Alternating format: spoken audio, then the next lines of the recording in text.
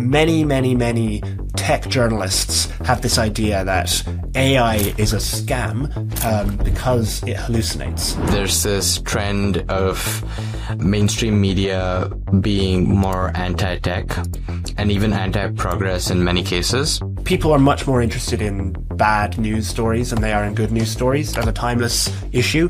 So AI is incredibly important. It's already changing the way people work. And yet, when I read about AI on the BBC, it's almost always negative stories. So I think that's one. I think the second is most journalists, they're not rooted in a business that is primarily motivated by profit. They often tend to take the view that if you are motivated by profit, then you're kind of willing to do very bad things. The Financial Times published, dozens of pieces saying like, here's why Uber will never make a profit. And Uber now makes profits. Uber is now a quite profitable company. I have never seen any of the journalists who have written pieces like that go back and say like, here's what I got wrong. Hey guys, welcome back to another episode of The Narrative. This one's a bit special because it's the first time we're doing video, so really psyched about that. My guest for this episode was Sam Bowman. Sam is best known for being the co-founder of Works in Progress. It's a magazine he co-founded in 2020, which Stripe later acquired in 2022. He's now the head of publishing at Stripe, so obviously we had a lot to talk about, a lot to unpack, especially around the role of deep, meaningful content given our shortening attention spans. I think that was really interesting. Sam is also very passionate about progress studies, and we spoke about how founders can position themselves in a world that is skeptical or even hostile of progress and technology. So yeah, a lot to talk about. One quick side note is I had some technical issues with my new camera setup, so my video kind of goes blurry halfway through, but the audio is solid though, so it shouldn't be too distracting. Alrighty, here's my conversation with Sam. Sam, thanks for taking the time. Thanks for having me.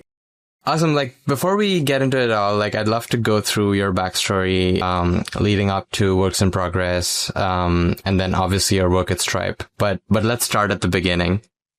So I began working in think tanks in the UK doing economic policy, and that could be quite mixed. You're often talking about things that quite a wide range of subjects, because it's kind of really you're there to give a perspective, like a particular point of view. I call myself a neoliberal or a classical liberal.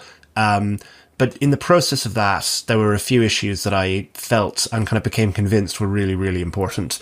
The biggest one in the UK and also in a lot of other English-speaking countries especially was housing. And I remember, more than 10 years ago now, my kind of former colleague telling me we should be doing things on housing and finding it kind of strange, finding it a little bit, this was in maybe 2011 and thinking, okay, yeah, I get that that's an issue, but I'm not really sure why you think it's so important. And then over the following kind of 2 or 3 years, I became more and more informed and convinced and realized, wow, I think this is the issue. I think this is the singular issue for the UK. And so working in think tanks, then working in the private sector for some time on competition policy, which is something I'm also really interested in because it's really the most, I think, technology relevant area of government policy. It's effectively a really important form of regulation of especially now, exactly. And we look at both the US and the European Union have taken quite different paths to doing what they call antitrust in America and what they call competition policy in the in Europe and in the rest of the world. That has really important implications, both for smaller technology companies and for obviously much larger ones, the really big platforms like Apple and Google and so on. In the process of doing that, I felt a bit frustrated that there was nowhere for me to write the kind of bigger picture pieces that I wanted to write. All of the stuff I was writing was, a 1,000-word article based on, some news event has happened, some politician has said something, what's my reaction to that? And in the process, I would try to smuggle in, more conceptual or kind of more high-level points. But it was never the kind of work that I wanted to, it was never the kind of writing I wanted to be doing, even though I really enjoyed the work. And what I did with a friend of mine named Saloni Datani, who is a science writer and a geneticist in her own right, was set up an online magazine. We called it Works in Progress. This was around the time that this progress studies kind of movement was taking off.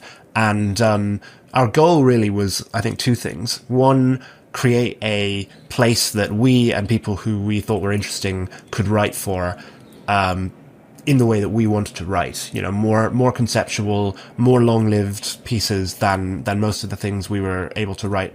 And also, I perceived that there were a lot of really interesting conversations going on in private, you know, in group chats, WhatsApp, Discord, whatever, that the world wasn't seeing, you know, and I think that's something that I care quite a lot about. You know, historically, there just wasn't the capacity for people to have those kinds of private conversations. They would have to have conversations in public, whether it was through journal articles or letters that they published, or kind of what have you. And group chats, I think, are brilliant. They're an amazing bit of technology, and I think they're actually like hugely underrated by a lot of people as both things that drive the events in the world, and also as places to learn and places to talk and things like that. But the problem with them is that they're private, and there's a real loss to the world if all the kind of interesting people in a particular field are having completely private debates with each other that nobody else can see or learn from. So I wanted to, among of the ones I was in, I wanted to be able to say to people, hey, you know, that's a really interesting point. Why don't you write that up? So we set it up. It was, I think, kind of fairly successful on its own terms. You know, we didn't have a gigantic number of readers at the beginning, but people liked it. People thought what we were doing was cool, and people felt that there was a niche that we had spotted that had not been filled. And then at some point, about a year after we started operating, Stripe, the payments company, approached us. Stripe already has had a book publishing imprint. Stripe asked if we wanted to join them and continue what we were doing as part of Stripe, effectively as a sister publication to Stripe Press, the book publisher. We said yes, or we had a kind of back and forth about what that would look like, and eventually said yes. And so since 2022, Works in Progress has been part of Stripe, and we've been able to grow it and I think scale it up quite excitingly.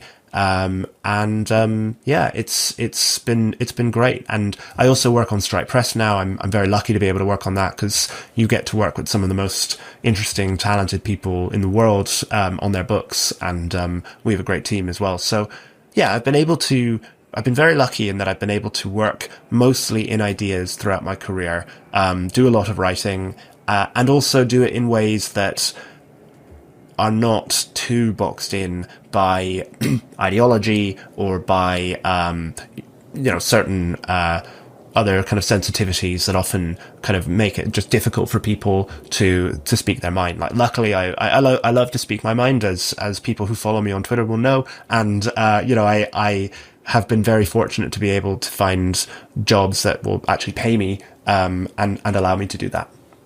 Yeah, no, that's amazing. I mean, so many follow-up questions here, but the first one would be just that initial success that Works in Progress had. Why do you think that happened? Because in so many ways, it's counter to like conventional content wisdom, right? Like, everyone's like, attention spans are shortening. You need to do shorter content. Like, you cannot be doing these long posts. But clearly Works in Progress has carved out a space on the internet. And it's like proving that there clearly is a demand for this kind of writing, this kind of like thoughtful, work. But I'm curious from your perspective, like just that initial success, like why do you think that happened? So for those who don't read Works in Progress yet, I hope, our pieces can be maybe 4,000 words, sometimes even longer. So they take a very long time to write. They take some time to read. It's rare that you'll be able to just sit down and read a Works in Progress piece. You often will read it on your phone on the way to work and then maybe pick it up on the way back. I think that the success maybe has had, and I don't want to sound immodest. You know, we have a long way to go. We are tiny compared to any of the really big magazines that people know. But to the extent that we have found an audience, I think it's been a combination of we really, really find the mechanics of the problems and the ideas we're talking about interesting. You know, I find myself constantly encouraging writers who are not used to giving you the detail of how something actually works, because that's such an unusual way to write in most publications. You usually, especially academics, interestingly, have this tendency to kind of yada yada over the best part. If anybody knows that episode of Seinfeld, where they'll tell you, oh well, there was a study that was done in Kenya, and it found that if you change schooling in this way, then it improves kids' outcomes by X%, let's say. And to me, the really interesting bit there is like, what did the study actually do? How did they do the study? Like, what was the method? And, it turns out they had 3 different types of classroom. They randomly assorted kids into them. They, darkened the blinds in one of them, and they used these kinds of blinds. Like, to me, that's really interesting. And I think also really, really helps me at least to trust the result. Yeah, I think, there's a lot of bad published research out there, and it's actually pretty easy to tell if it's good research or bad research by looking at whether the method made any sense, whether it was just inferring conclusions from big data sets, which I think is often a misleading way to do that, or if it was a genuinely scientific experimental or quasi-experimental method. So that's one. We really, really want to understand the mechanics of what we're talking about. Like, explain this to me. And my number one question to writers in comments in their documents is like, I don't understand this. Can you explain this to me in a more simple way? That's one. I think another is the topics we write about are topics that we think are really important, and I think are genuinely really important for the most part, but also don't fit into most kind of standard ideological debates. Or, we often think of ourselves as, if you think of politics as a kind of tug of war, or policy as a tug of war, where there's, 2 equally powerful sides pulling on this rope. We sometimes think of ourselves as trying to pull the rope sideways. Like, are there topics that are really important, but just don't have that kind of ideological, valence yet? Because that can make them really powerful. If you can write a piece, about, for example, using genetic modification to wipe out certain species of malaria-carrying mosquitoes, that's not a right-wing issue. That's not a left-wing issue. That's just like an interesting, cool idea. And I think that you can actually catch on with a much broader audience of people if you take that kind of approach. And it's not a coincidence that we do far fewer pieces on let's say how high should taxes be, or even what should the design of the health service be. Partly it's because it's hard to write about that in an interesting way, but it's also hard to write that in a way that's useful to people irrespective of what their politics is. And I think the third element is, we always are very insistent that Works in Progress is a bundle. Stuart Brand, the genius who created the Whole Earth catalogue and tons of other things like that, kind of advised us early on, don't do special issues, don't do themed issues, because if you do a themed issue, and let's say you do the themed issue on energy, then all you will get reading that issue are people who care about energy, and that's a small share of your audience. And he was right. We did one special issue. I think it was a pretty good special issue, but it was on, why has technological progress slowed down, which is obviously a pretty important and pretty big topic. But we lost people who care about, global health, or who care about engineering. Or some of the other things like that. So we're really, really focused on making sure that each of our issues, and we release in issues, we don't do a kind of drip drab, it has a really good mix, and we think about our different audience members. We think about, some of our audience is what we call engineers, people who really are less interested in public policy. They're really interested in how the world works, and they're really interested in like, how do suspension bridges work, or like, how did France build the world's largest viaduct bridge 20 years ago? Like, they really care about that. They care a lot less about what should the housing policy in London be that draws inspiration from Japan. Like, they might care a bit about, but they care about it a bit less.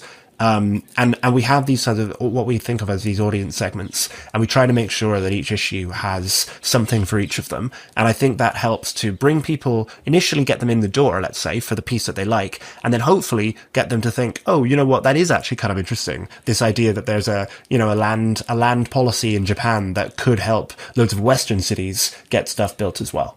Yeah, no, I love that. And I think, drawing from something you said on a previous podcast, which is like, Works in Progress is kind of in that perfect in-between space where it's not as dense and drab as a white paper, but it's also not like this 700-word blog post that skims over the details.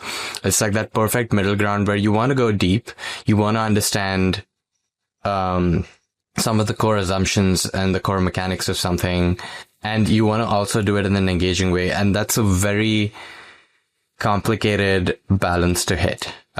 Extremely complicated, actually, because so has that been like a challenge, like hiring writers who kind of fit the bill? Because you either have academics who are playing their own games and they're trying to do they're drawn by different incentives and they argue in a specific way, right? And like you said, they skip over the details that are actually interesting, where they're like more obsessed over like who they're refuting and who they're, and not stepping over any toes and so on. And then writers have their own incentives where they're trying to focus on what's the most aesthetically pleasing way to put this. Yeah. And it may be far from the truth, right? Because something can sound right, but it may not be right. Mm-hmm. So how do you balance that struggle? How do you hire for folks who align with that? I think it helps to be really opinionated. You know, I have really strong views about what I personally want to read.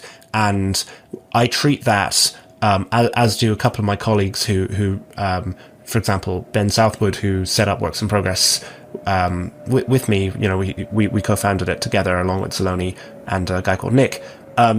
We have really strong views about like what we are looking for from an article, and part of that is just our personal tastes. Part of that is what we've learned from what works and what doesn't. You know, after we've published an article and we've looked back, and some of it is just getting rid of those sort of forces of habit or maybe kind of professional requirements like name checking loads of people, as you mentioned. You know, that's I totally get that. Like, I totally understand why people do that, because you want to show that you were not plagiarizing. You want to give due credit to people. I get that. We all have that as an influence. But if we're thinking about our readers, like, our readers don't care about that much. Like, our readers, I do agree that you want to, in some way, make sure that people know that you're not plagiarizing, because plagiarism is bad.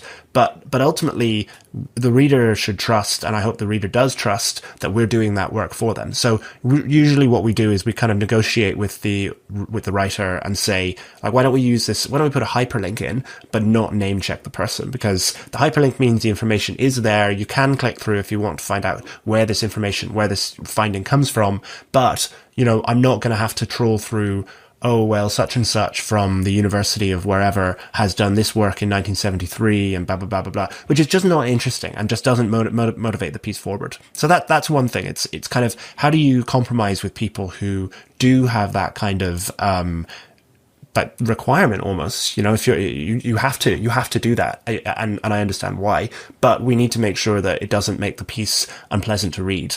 That's one. When it comes to people who are maybe more used to writing for a general audience, you're right that there can be a kind of trade-off between what's pleasing to read and what's kind of, I guess, robust intellectually. And again, I think that what we do is to mix those two things. You know, I think, for example, like, anecdotes are not just pleasing to read. They actually help you to understand what you're reading. I think that, like, something that I used to be guilty of, and I think a lot of people who are used to writing in, like, quite data-driven ways can be guilty of, is thinking that the data speaks for itself, or thinking that the kind of empirical evidence speaks for itself. When really, when I'm reading an example like that, or when I'm reading a story like that, I actually really it helps me to get a kind of worked example. Like, okay, you've told me that the finding is 70% of people are more likely to crash their car when they drink. Maybe that's a bad example because it's easy to understand the mechanism there. But if you can give me a specific case of this happening and describe how this is, going back to this idea of the mechanics, then it really will help me to trust the overall finding, and it will make the piece more interesting. And a second thing is, all of us, very much myself, has a bad habit of using kind of hypotheticals or thought experiments to do that. Kind of not, like to say like, well, imagine a factory that's producing, cars and then selling those cars into another country, blah, blah, blah, blah, blah. It's so much more interesting and compelling and plausible and believable as a reader if you give an actual real example. Even if there's no actual, like, merit intellectually to using an example. Like, an example is just one story. It's just one anecdote. It doesn't really give you very much, evidence. It just tells you one example of one thing that's happened, one data point. But just in most people's brains, it makes it much easier to believe that this mechanism can happen. It makes it much easier to kind of situate this in your map of the world. And so I often find myself asking an author, and I often find myself forcing myself to find like a real example of the hypothetical that I'm describing. Fascinating. All right. I want to go back to, when Stripe approached you guys. What were those early conversations like? Because it's a very interesting acquisition for a tech company. I think, more and more like tech companies are investing in editorial, which is great. Asimov comes to mind. I know, Mercury has its publication. So there are companies who are doing this. Like in your mind, like, what are some of the motivations, for a company to do something like this? Like what were those initial conversations with Stripe like, if you can get into it? So the initial conversations were really all about editorial control and editorial freedom and things like that.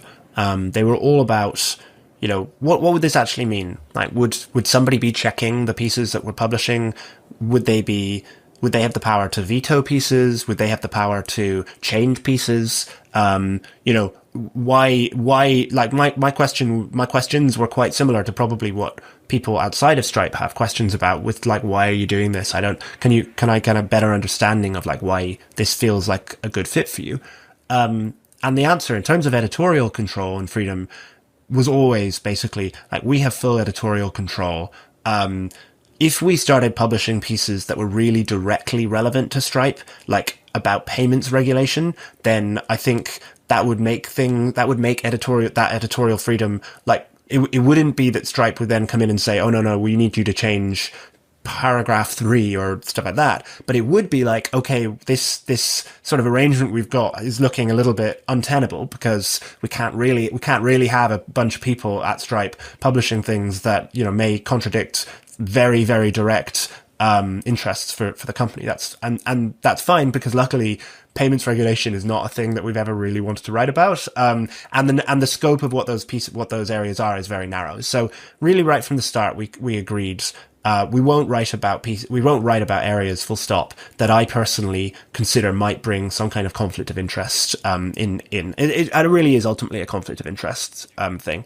The only real victim for that has been, I am obviously very interested in tech regulation and competition policy. And although those things don't really directly affect Stripe right now, someday they might. And I would rather not get into a situation where I have published a load of things that, put that company in a difficult position. So when I write about those things, I write about them under my own name for my own Substack. I have my own Substack. Often when and this isn't something that I talked to Stripe about, but often when I want to write something that I find to be a bit more political, something where, I am making a slightly more party political point, or a more partisan point. And like most people, I have certain partisan views. I do that under my own name, and I do that under my own Substack. And I must say, actually, the real reason for that isn't actually, part of the reason is because I don't want to create bother for my colleagues. But the real reason is that Works in Progress, I think, as a brand and as an outlet, would be massively diminished if it had that kind of work on it. I think we have a lot of readers from almost every flavor of political opinion. You know, we have people right across the spectrum, and I really, really value that, and I really, I think that those people have put trust in us to provide them with things that they will find interesting and useful, and that they won't open Works in Progress one day and find us like endorsing a political candidate or saying, oh, everybody should vote for party A somewhere. And I want to take that trust really seriously, and I want to repay that trust by giving people across the spectrum stuff that's useful and compelling for them. So the conversations were like that. I was very reassured. I felt very initially unclear about why Stripe was doing it, and what my sort of over the months and eventually over the years, I've come to think of why we do this in a few ways. I think one is kind of obvious and kind of straightforward, which is it shows a feature of Stripe that we think is really important. Like, it shows that we're really interested in ideas. We have very broad-ranging interests. You know, we're not that there would be anything wrong with this. We're not just writing about the kind of narrow areas that we're operating in, because we see what we do as being about providing infrastructure. You know, we think of ourselves as just as much infrastructure as the railway network or as the energy network or whatever kind of infrastructure you like. And what's so cool about those things, okay, yes, the train tracks and the electric and the cables are interesting. But what's even cooler about those things is what those pieces of infrastructure enable. You know, what can you do when you have a great railway network, or what can you do when you have electrified your whole country? Like, what happens after that? And so we are always really interested in like the world that is being built on things like Stripe, you know, on Stripe itself, of course, on things like Stripe, like what does the internet economy look like, and like why does it look the way it is, and what might it look like in the future, and what can we do to make it healthier and stronger, and so on. So, you know, Works in Progress doesn't just write about the internet economy, but we write about technology, and we write about science, and we write about a lot of things that have that kind of what is going on that's interesting in the world. So showing that to the world, I think, hopefully helps people to see Stripe the way we see Stripe. You know, we see Stripe as a really interesting company that is fascinated by the world and is very curious. And I think it's good for people to see that about us. Like, I think it helps people to, it helps people to form what we think is like an accurate opinion of the company. Hopefully there are people who share that way of thinking about things. And if they know that we think about things those ways, then great, you know, I think that's good for the way people see us. And I think that's I think that's the obvious one. But I like, some people call that brand. I think of it as like, this is kind of who we are. And also in a way, this is what we see, or this is one way we see ourselves as being a force for good in the world. You know, most companies, I think, do want to feel that they are a force for good in the world. How they choose to do that can be very different. You know, sometimes it's donate a lot of money to a charity. Sometimes it's, you know, provide your services for free for like good causes, whatever. And those are all great. Like, that's lovely. But I think it's also kind of cool to do it in a way that's more ideas focused and that's more about understanding, which is hopefully something that we get to do. A related but second element of that is around how people within the company and people who might come to work for the company see it. You know, it's when you're deciding what companies to apply for, it really matters what the internal culture is, and it really matters, you know, is this a company that's going to be like super focused on this one kind of really narrow area because that's where the bottom line really, really kicks in, or is this a company that is, you know, allows its interests to be a bit broader. You know, Stripe also does a project called Stripe Climate, which began as being a way to merchants could opt to allow their customers to donate to a carbon removal fund when they were buying something. And that has grown into actually setting up a huge carbon removal fund, a kind of multi-billion-dollar carbon removal fund designed to support early technologies that eventually the world is going to be spending gigantic amounts of money on, because there are some carbon emissions that we're just not going to be able to stop ourselves from creating. But if we want to mitigate their harm on the environment, we need to suck them out of the air, and we need to do something with them that stores them safely. And what this project, which is called Frontier, which has come out of Stripe Climate, Frontier involves lots of different companies, to be clear, not just Stripe, but Stripe was instrumental in setting it up. This is about raising that money and then supporting the right companies. And, that's again, like quite far away from, the really core business. But I think it kind of makes sense if you understand the kind of company Stripe is. And it also relates to the third point of this, which I think is the one that people find maybe most difficult to understand or to swallow.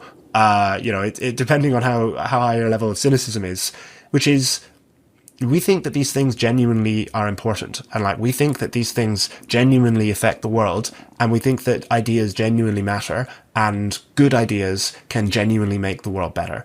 And if you're a company whose business is built on of taking a small share of the internet economy, then you want the internet economy to thrive. You're a bit like an index fund in that you want general prosperity to grow, and you want kind of the general well-being of the economy, of the countries that you're in, the planet to improve. And that sounds very lofty. I don't find it that lofty, because I'm a big believer in the power of a small number of people with good ideas to create a lot of change. But if you don't believe that, then this sounds very silly. So I recognize that people will think what are you talking about? How can a magazine do anything? But if you think about housing, for example, I think people we work with, people who we publish, people who read us, who are doing work in liberalizing housing, making it easier to build, I think they are genuinely making progress. And I think the progress they're making is genuinely really, really important for the world. And I think that makes for a much more healthy internet economy, a much more healthy economy. So I think ultimately there's a really long-termist case for caring about ideas in this way, that is still ultimately kind of in a very enlightened way, self-interested. I think it's not lofty at all, honestly. The way I see it, at least from the outside, is it's really about truth seeking. And, when you care about ideas and you take the time to rigorously investigate something and think something through, you're getting closer to the truth. And even if you can do that on a micro level, you make an impact on the macro level, right? Every time you read something or you put something out there that's closer to the truth, and just the pursuit of truth seeking, I think is very worthwhile. So you can start on a very micro level and have a massive impact. So but I'm also not a very cynical person, so I don't know. I think a degree of cynicism is both good and understandable. But I also think, when you realize, the closer you get to policy, and Works in Progress is not really, it's not a think tank, right? But it does do a lot of pieces that are policy relevant. The closer you get to policy making, and this is true in the United States and in the UK, where I have experience of this in both countries, the more ad hoc you realize everything is. You kind of imagine there's an English, writer, Dominic Cummings, who has this kind of line about how before you get into government, you imagine that, okay, yeah, everything you see externally seems really incompetent, and it seems that nobody knows what they're doing. But once you get in, you imagine there's a kind of door you open, and there are all these ninjas inside, and they're the ones who are making everything happen, and they're the ones who are making all the big calls. And then you actually do get into government, and you do actually come in, and you open the door, and there are no ninjas.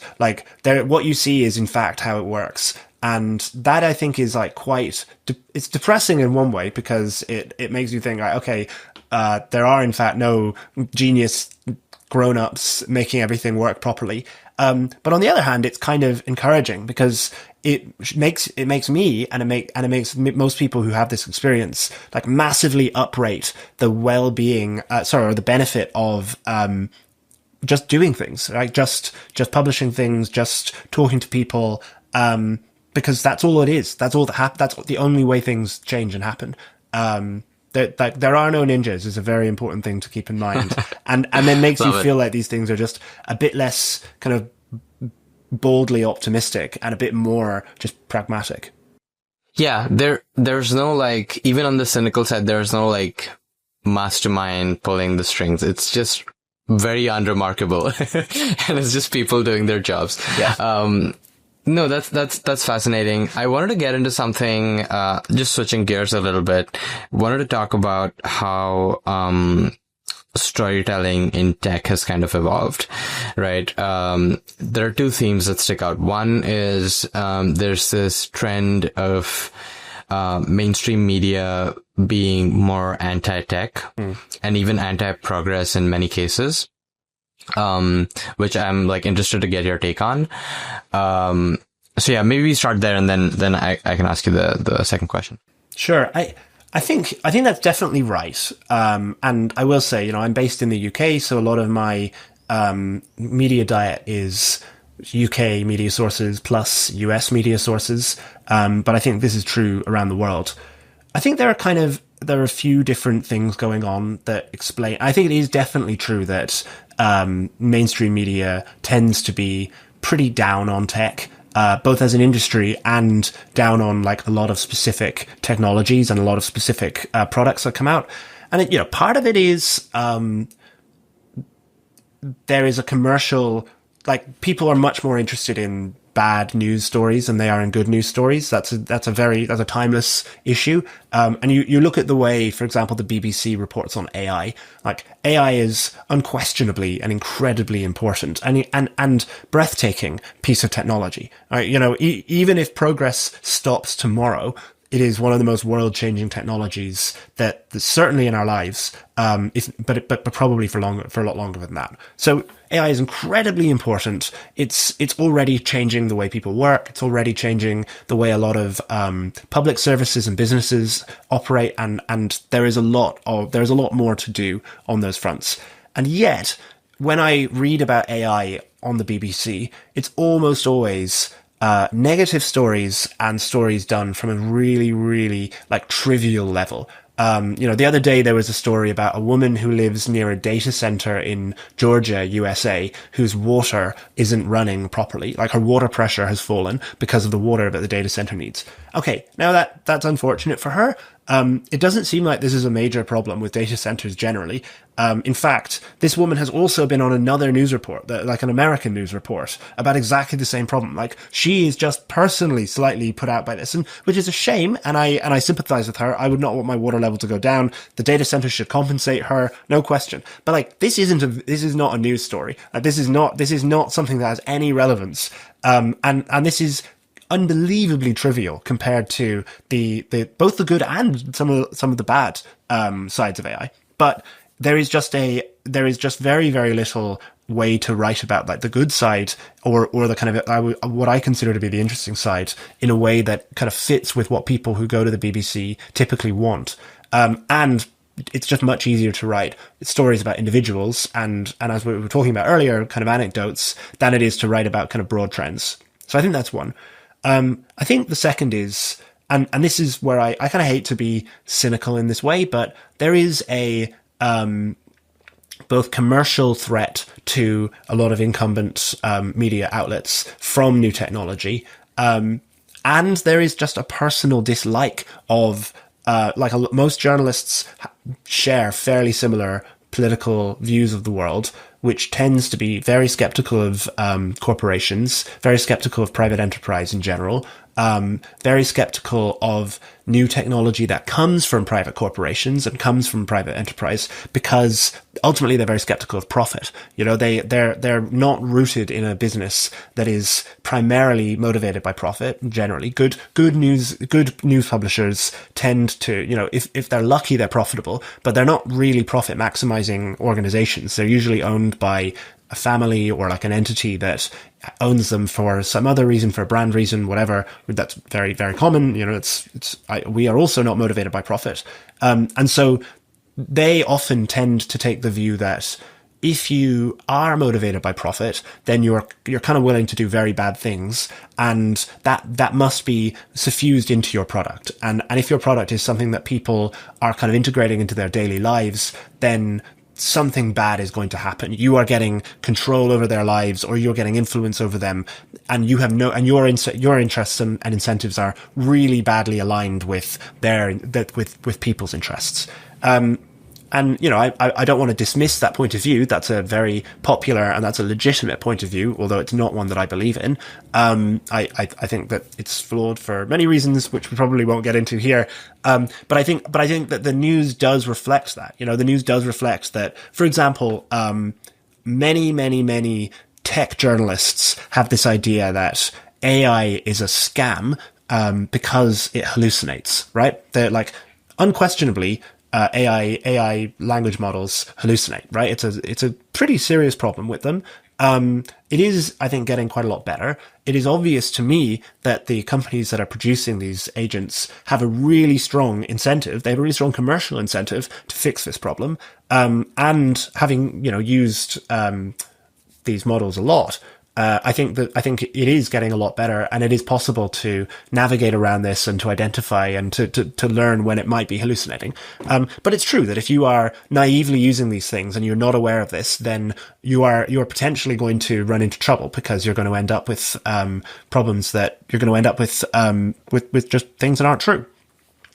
They think, though, that the hallucination problem is completely inherent to large language models, that basically it will never be solved, and that AI companies have a really strong interest to deceive users into not realizing that there is hallucination going on, and effectively kind of are giving them loads of false information that makes these things useless. And if you use these things, you're like an idiot, because you're basically being fed just total garbage.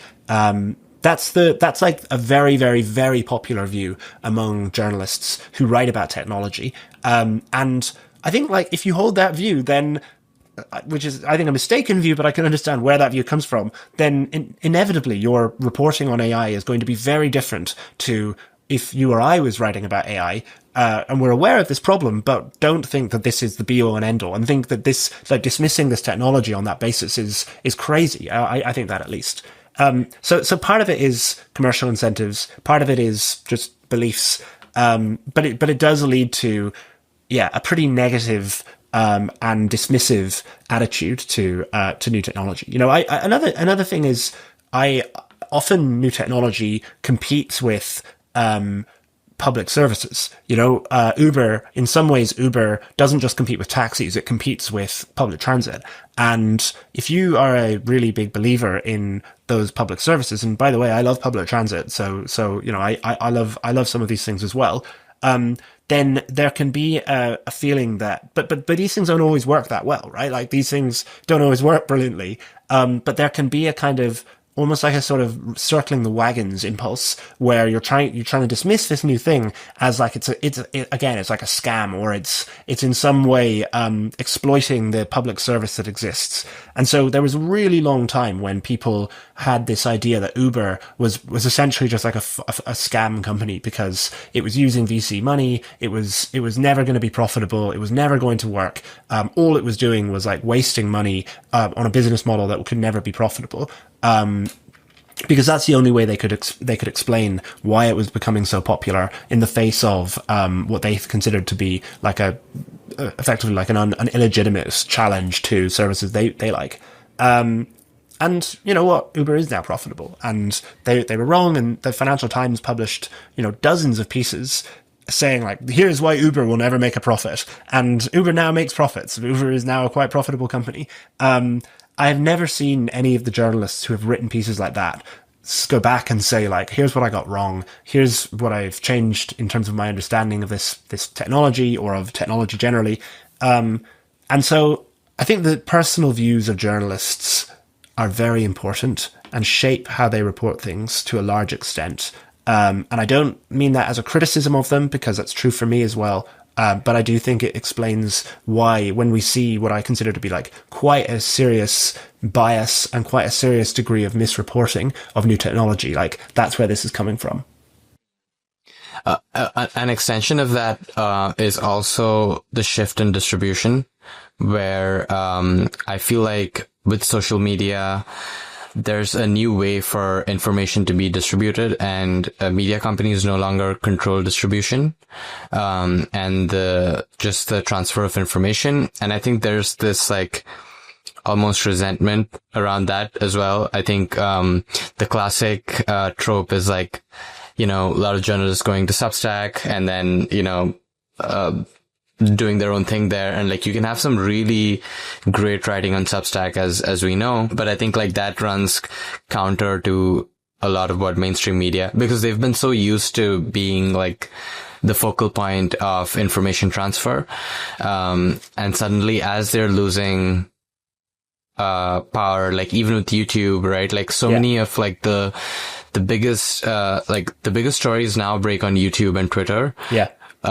Faster than they do on like TechCrunch or whatever. So yeah, that makes total sense. What's really fascinating to me is how many people in tech are actually anti-progress, which is like extremely amusing. Like a lot of people working in big tech companies, engineers, are not fully aware of the impact, of their work, or they somehow hold this opinion that like capitalism as a whole is bad, or like progress as a whole is a bad thing, and yet work at a tech company, which I've always found very amusing. Not sure if you have thoughts there, but I think like the other thing I wanted to ask you is around just this general attitude of progress slowing down. Obviously the psychological aspect of it, there are people who genuinely believe that progress is not a good thing. And a variety of philosophical and political reasons for that. And then there's the objective reality of progress slowing down, as well. I think Juan Bennett, who's the founder of IPFS and Filecoin, a lot of like core internet infrastructure, on one of his podcasts, he was kind of talking about like the R&D pipeline is kind of broken, where for like really long-term important projects, you have like federal funding, you have government funding, and for like more short-term 10 to 15 year projects, you have venture funding, but everything in the middle, is kind of in a limbo. Anyway, but I'm just curious to get your thoughts on the psychological aspects of this, and then we can get into like objectively why that's happened and what we can do to get out of it. So I don't want to psychologize too much the opinions of people who disagree with me. I think because I think people can look at the same, very intelligent people can look at exactly the same evidence and history and draw very different conclusions. I am of the school of thought that sees the world as being very chaotic and very messy, and sees that as being a good thing. I think chaos really and disorder, in an economic sense, not in I actually am a very, very anti-chaos and disorder when it comes to kind of personal safety and crime and things like that. But when it comes to economics, I think that people need to try things, experiment, and fail for us to work forward and for us to discover what good ideas are. And in that process of trial and error, in a very similar mechanism to the way natural selection works, is how we separate good ideas from bad ideas. I mean, there are anybody who invests in kind of early stage startups will know that there are a million brilliant ideas that sound absolutely wonderful, but just for one reason or another, it just turns out they didn't work. And so my feeling is that the market process works because it is built around this process of trial and error. But if you don't have that, if you look at things a different way, maybe you take a more engineering mindset towards things, like maybe you think things sort of would do better with more coordination, then you will draw very different conclusions to me about the way to solve problems that we've got. As to why progress is actually slowing down, I think there is a lot of truth to what you're saying, which is that the industrial R&D lab doesn't really exist in the way that it once did. When we think of Bell Labs or Xerox PARC, both of which made incredibly important advances in very, very kind of high level technology. You know, things like graphical interfaces, the Ethernet cable, Wi-Fi, stuff like that, which ultimately those companies were not really able to capture the value of, but they tried, and they were attempting to do when they had those labs. Those don't really exist anymore. You sort of get them at the really big tech companies, and, you know, to some extent that's what's happened with AI, but not remotely to the degree across other technologies that we used to have. One of the reasons for that, I believe, is that we've made it much more difficult to retain control over those ideas. Intellectual property rights are weaker than they used to be. If you hold patents that are considered to be really important to other companies, then you're often required to share those patents with those companies at what are described as kind of fair prices. If you become a very large company, then you essentially become regulated for being large. This is what big tech platforms have faced in the European Union and in the UK. It's explicit regulation. In the US, the regulation takes place via courts and via the law, where, you know, you're sued for, if you're Google, for using your ads platform allegedly to help other Google products and so on. Whether or not you think those are good things to do, that's a debate to be had. But I think kind of clearly those things make the returns from owning those kinds of intellectual property much, much less valuable than they could have been, or than they maybe were once expected to be. It's also probably just simply the case that monopolies, like large companies, which obviously AT&T, when it had Bell Labs, are just less able to operate and exist generally. Like it's just, we're much less tolerant of really big incumbent monopolies than we were. Not necessarily through existing laws, but just through, like, our political regime is much less tolerant of them. I think that's one reason that we are not capturing that. I do think that it would be a mistake to overlook the way we fund science. You know, I think the way we fund science is very, very risk averse. It's very, very driven by really measurable returns, and it's very, very it's much more likely to fund incremental research that's very legible, very easy to kind of see what's going on, and done by a kind of superstar researcher who's a safe pair of hands, than maybe the way we used to fund research, which was a little bit more slapdash, a little bit more random, a little bit more willing to take really big risks, because that's the way we did things then. And there was much less kind of institutional framework around spending the money well, quote unquote. And that has led science done in universities and the science that is funded by this to be much less kind of crazy, I guess. Like, craziness and waste are often quite good if you're trying to innovate. Like, we often kind of want that kind of thing to happen. And so I think those are parts of it. There are probably other elements. I don't want to suggest that that's it, that's the only part of the story. You know, energy costs are a factor, I think, as well. But to me, those are two things that are really important in the kind of innovation pipeline that I think we're not getting exactly right. Interesting. Any like advice for founders as they build companies? Like, how should founders be talking about progress? How should founders be thinking about this? I know, like, through Stripe Press, you work with some really brilliant operators, brilliant researchers who then become founders.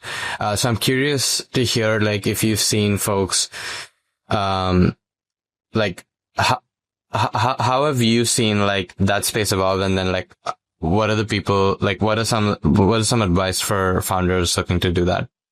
So I think that there is a really useful way of thinking about social problems, which is to think about what you might think of as potential energy. You know, how much better could the world be if we solved this problem? Like, how much are we missing out on? What's the dead weight loss from this problem, as economists would put it?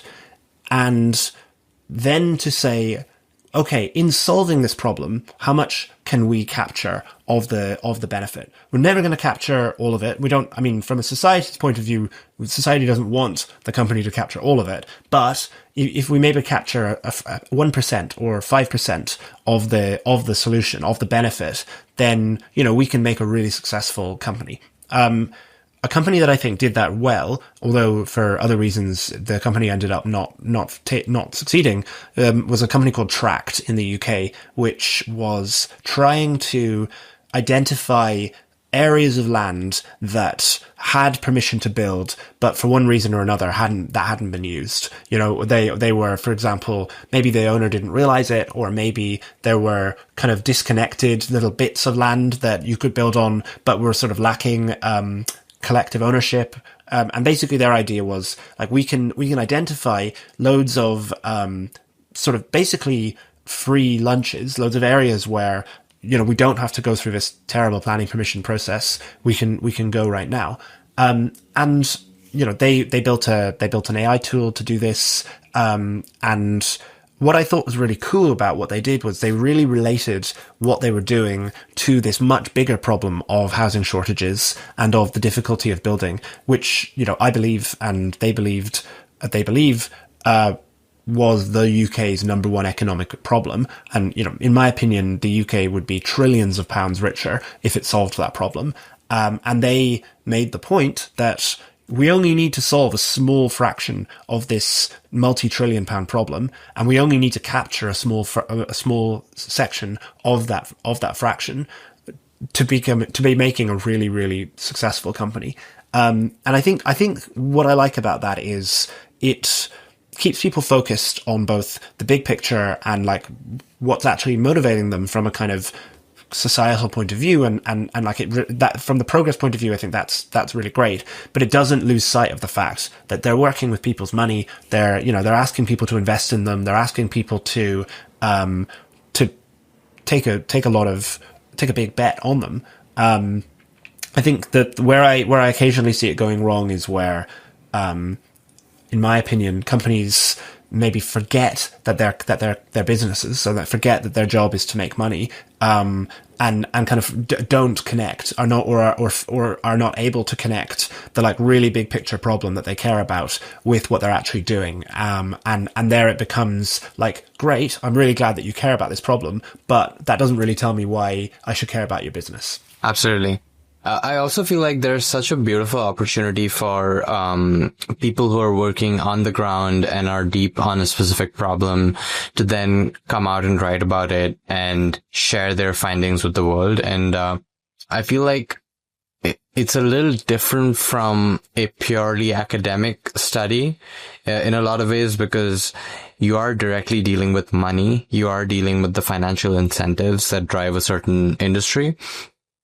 So you get to see a lot of things because there's often a delta between what people claim they believe in and what they actually do in their day to day.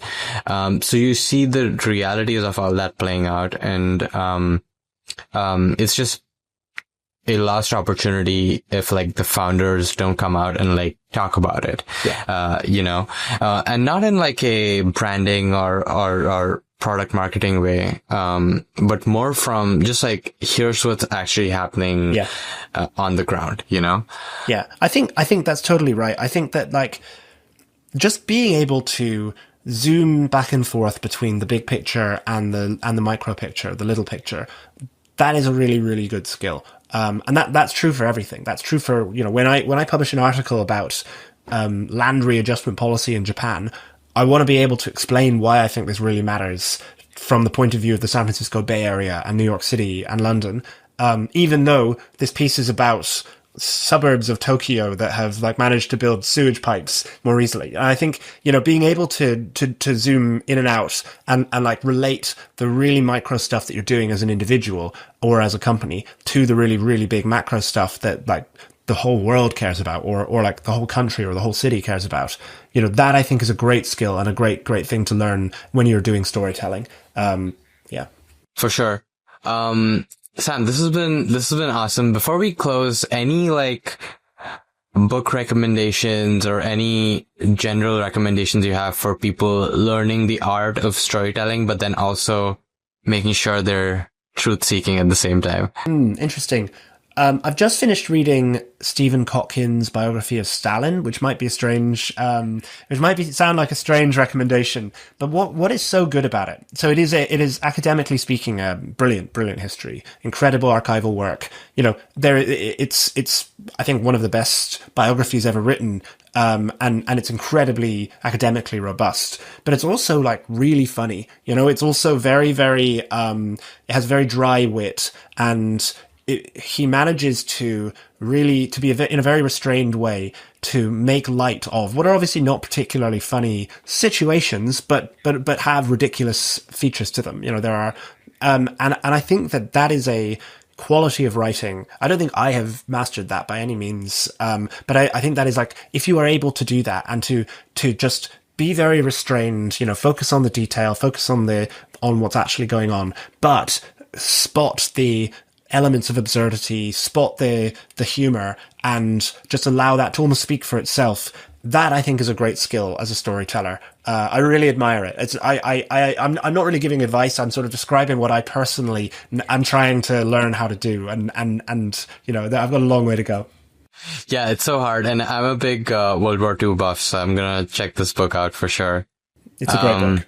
Yeah, but anyway, Sam, thanks so much for taking the time. I know we're over, but this was great. This was really fun. Thanks for having me. I've had a great time. Awesome.